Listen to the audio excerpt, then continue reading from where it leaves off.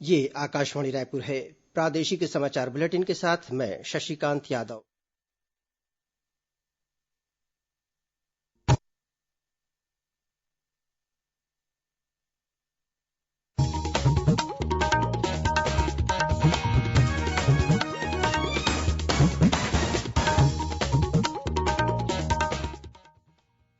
और अब पेश है आज के मुख्य समाचार। केंद्र सरकार ने किसानों के लिए 1,00,000 करोड़ रुपए के कृषि ढांचागत कोष बनाने की घोषणा की। मुख्यमंत्री ने प्रधानमंत्री को पत्र लिखकर सुझाव दिया कि अर्थव्यवस्था को पटरी पर लाने के लिए सावधानियों के साथ व्यापारिक और वाणिज्यिक गतिविधियां शुरू करना जरूरी। अंत्योदय राशन कार्डधारियों को नियमित अनाज के साथ अब 3 माह तक प्रति सदस्य 5 किलो अतिरिक्त चावल निःशुल्क मिलेगा। और दंतेवाड़ा जिले में सुरक्षा बलों ने तलाशी के दौरान 4 आईईडी रिमोट बम और 3 पेट्रोल बम बरामद किए।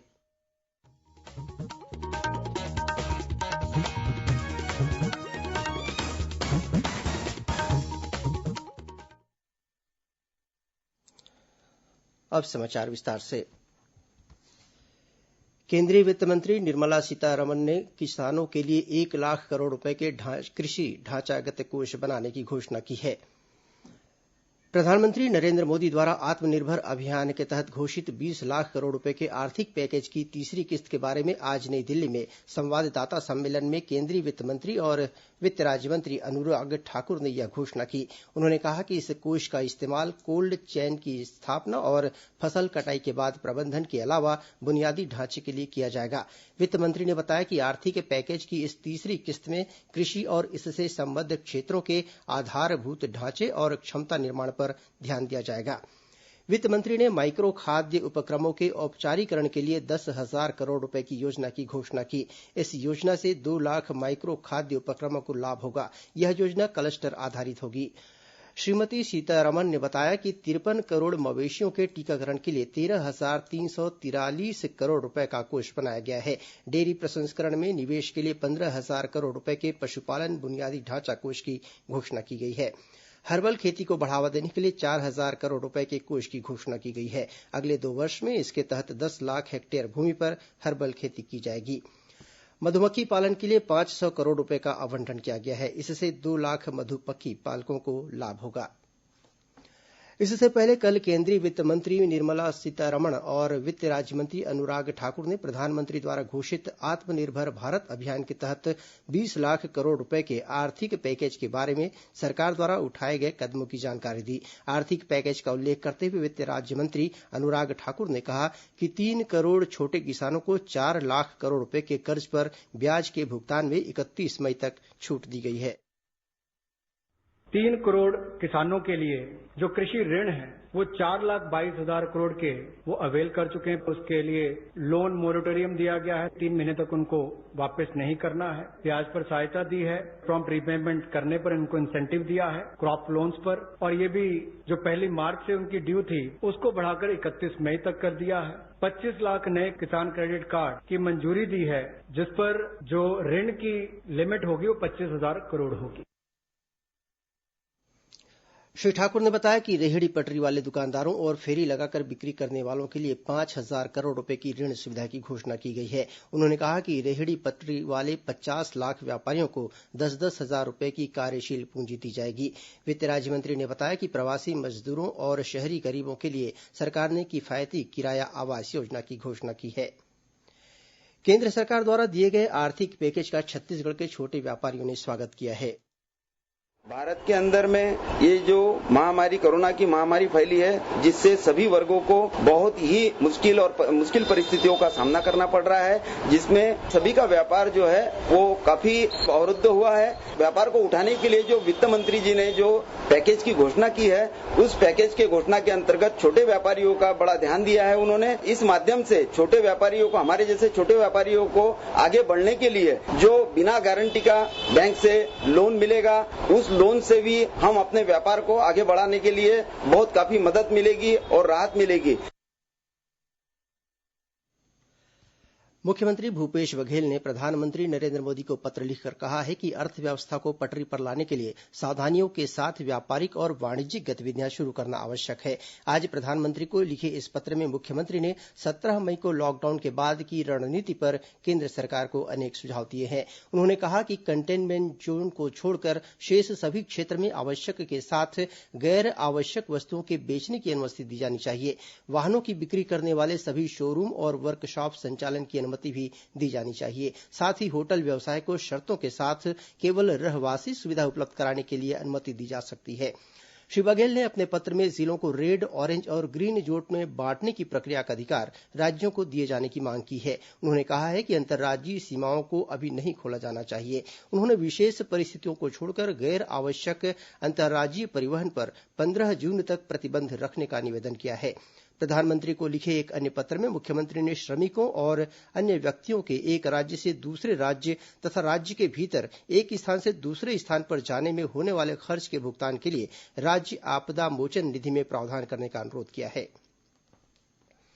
केंद्रीय स्वास्थ्य और परिवार कल्याण मंत्रालय ने निगरानी के उद्देश्य से सरकारी क्वारेंटाइन सेंटर में रह रहे अंतर्राष्ट्रीय यात्रियों और प्रवासी श्रमिकों के आरटी पीसीआर आधारित कोरोना संक्रमण की समूह जांच के आदेश दिए हैं। यह जांच ग्रीन जोन के उन जिलों में भी लागू होगी जहां पिछले 21 दिनों से कोरोना का कोई मरीज नहीं मिला है। भारतीय आयुर्विज्ञान परिषद के प्रोटोकॉल के अनुसार गले और नाक के स्वैब के लिए 25 लोगों के समूह की पहचान की जाएगी।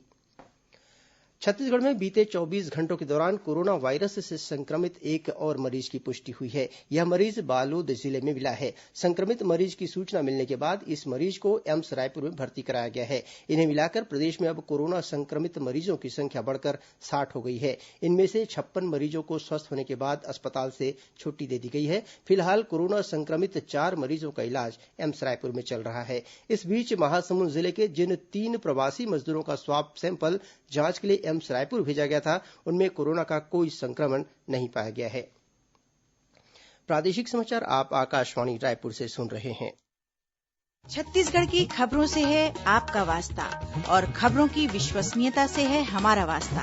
आकाशवाणी समाचार रायपुर के प्रादेशिक समाचार बुलेटिन के साथ ही हमारे समसामयिक कार्यक्रम आप रेडियो के अलावा अपने मोबाइल पर भी सुन सकते हैं। आकाशवाणी समाचार फेसबुक, ट्विटर और यूट्यूब पर भी उपलब्ध है। हमारा Facebook page Chhattisgarh news on AIR, Twitter handle CGAIR news और हमारा यूट्यूब चैनल है छत्तीसगढ़ AIR न्यूज। तो अब रेडियो के साथ ही आपके मोबाइल के जरिए भी हम पहुंच रहे हैं आप तक। छत्तीसगढ़ की हर खबर के लिए सुनते रहिए आकाशवाणी समाचार।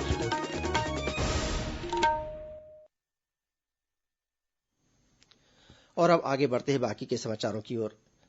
केंद्र सरकार ने लॉकडाउन के दौरान सार्वजनिक और निजी परिवहन पर प्रतिबंधों को देखते हुए यात्रियों को रेलवे स्टेशन तक पहुंचाने के लिए राज्यों और संघ शासित प्रदेशों को विशेष बसें अनुबंधित करने की अनुमति दे दी है।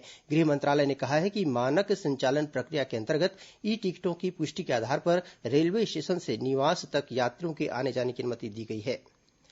राज्य सरकार ने स्वयं के वाहन से अंतर्राज्यीय आवागमन की अनुमति देने के लिए ई पास एप्लीकेशन और वेबसाइट शुरू की है। अनुमति प्राप्त करने के लिए इच्छुक आवेदक ऑनलाइन आवेदन कर सकते हैं। आवेदकों को इलाज कराने के लिए या परिवार में किसी सदस्य का निधन हो जाने पर जाने के लिए या अन्य किसी आपात स्थिति पर आवागमन के लिए अनुमति देने पर विचार किया जाएगा। ऑनलाइन आवेदन करते समय आवेदकों को व्यक्तिगत विवरण, यात्रा के संबंध में विस्तृत जानकारी के अलावा वाहन नंबर की जानकारी देनी होगी। इस ई पास एप्लीकेशन को अब गूगल प्ले स्टोर से भी डाउनलोड किया जा सकता है। छत्तीसगढ़ में इन दिनों देश के विभिन्न राज्यों में फंसे श्रमिकों और अन्य व्यक्तियों का आना जाना लगा हुआ है। कोरोना संक्रमण से बचाव के मद्देनजर ऐसे प्रत्येक प्रवासी व्यक्तियों को 14 दिन के लिए क्वारेंटाइन सेंटर में रखा जा रहा है। इसके लिए राज्य के प्रत्येक जिलों में अलग अलग भवनों को क्वारेंटाइन सेंटर बनाया गया है। राज्य में अब तक 16,000 से अधिक क्वारेंटाइन सेंटर बनाए गए हैं। इसी कड़ी में राजनांदगांव शहर में पेड क्वारेंटाइन सेंटर के लिए 4 होटलों का चयन किया गया है। इनमें देश के मुंबई, पुणे, अहमदाबाद, इंदौर, भोपाल, गाजियाबाद और नोएडा से आ रहे लोगों को जो शुल्क का भुगतान कर सकते हैं उन्हें रखा जाएगा। वहीं ऐसे व्यक्ति जो शुल्क का भुगतान नहीं कर सकते उनको पेंड्री के आदर्श एकलव्य विद्यालय के क्वारेंटाइन सेंटर में रखा जाएगा।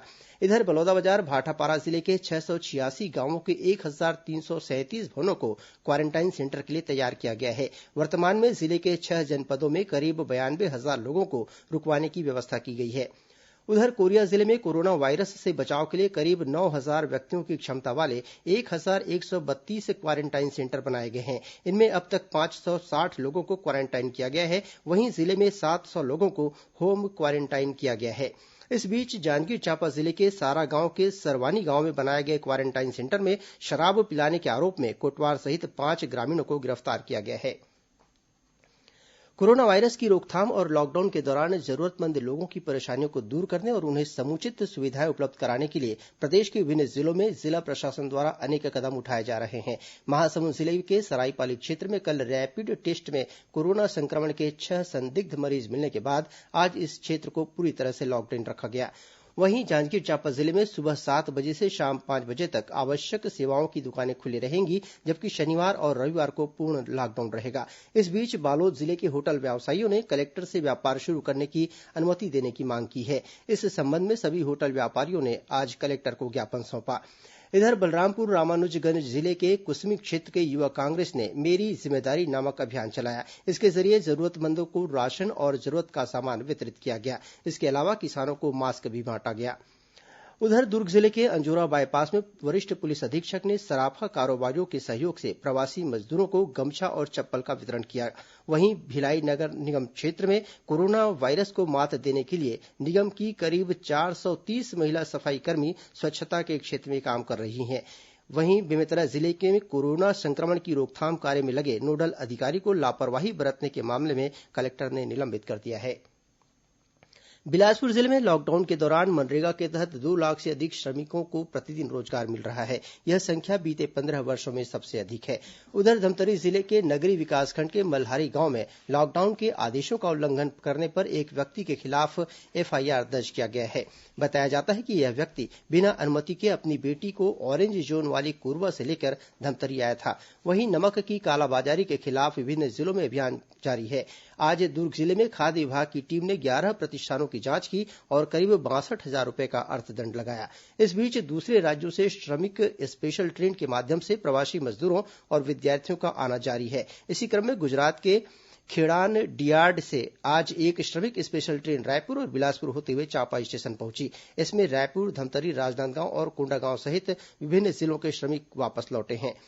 राज्य के सभी जिलों में कल और परसों यानी शनिवार और रविवार को पूर्ण लॉकडाउन रहेगा। इस दौरान दूध, डेयरी और पेट्रोल पंप तथा दवा दुकानों को छोड़कर अन्य सभी दुकानें बंद रहेंगी। अभी प्राप्त समाचार के अनुसार छत्तीसगढ़ में 6 और कोरोना संक्रमित मरीज मिले हैं। इनमें से 5 जांजगीर चांपा जिले में और 1 कोरिया जिले में मिला है। विस्तृत समाचार की प्रतीक्षा है। अंत्योदय राशन कार्डधारियों को नियमित अनाज के साथ अब 3 माह तक प्रति सदस्य 5 किलो अतिरिक्त चावल निःशुल्क मिलेगा। इसके लिए राज्य सरकार ने पूर्व में जारी अतिरिक्त खाद्यान्न आवंटन के आदेश में संशोधन किया है। जो राशन कार्डधारी परिवार पूर्व में अप्रैल से लेकर जून महीने तक का अतिरिक्त चावल राशन दुकानों से निःशुल्क ले चुके हैं, उन्हें जून में नियमित आवंटन के साथ शेष बचा हुआ चावल मिलेगा। दंतेवाड़ा जिले में सुरक्षा बलों ने आज तलाशी के दौरान 4 आईईडी बरामद किए हैं। माओवादियों ने एक कुकर में आईईडी विस्फोट रखकर इसे जमीन के नीचे दबा दिया था। ये सभी आईईडी 3 से 4 किलो की हैं, जिन्हें रिमोट से जोड़ा गया था। इसके अलावा सुरक्षा बलों ने 3 पेट्रोल बम भी बरामद किए हैं।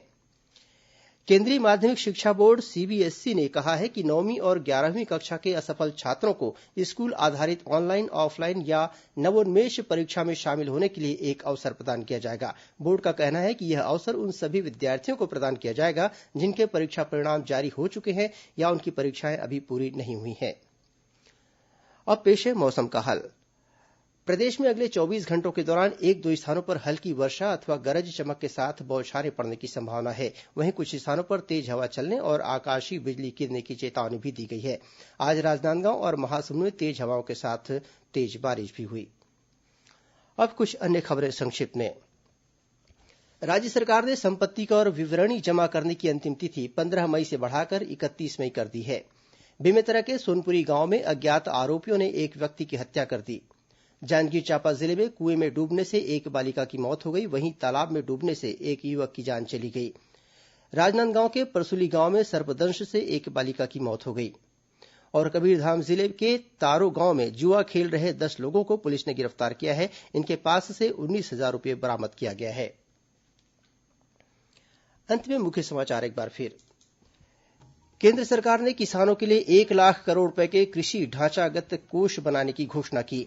मुख्यमंत्री ने प्रधानमंत्री को पत्र लिखकर सुझाव दिया कि अर्थव्यवस्था को पटरी पर लाने के लिए सावधानियों के साथ व्यापारिक और वाणिज्यिक गतिविधियां शुरू करना जरूरी। अंत्योदय राशन कार्डधारियों को नियमित अनाज के साथ अब 3 माह तक प्रति सदस्य 5 किलो अतिरिक्त चावल निःशुल्क मिलेगा। और दंतेवाड़ा जिले में सुरक्षा बलों ने तलाशी के दौरान 4 आईईडी, रिमोट बम और 3 पेट्रोल बम बरामद किए।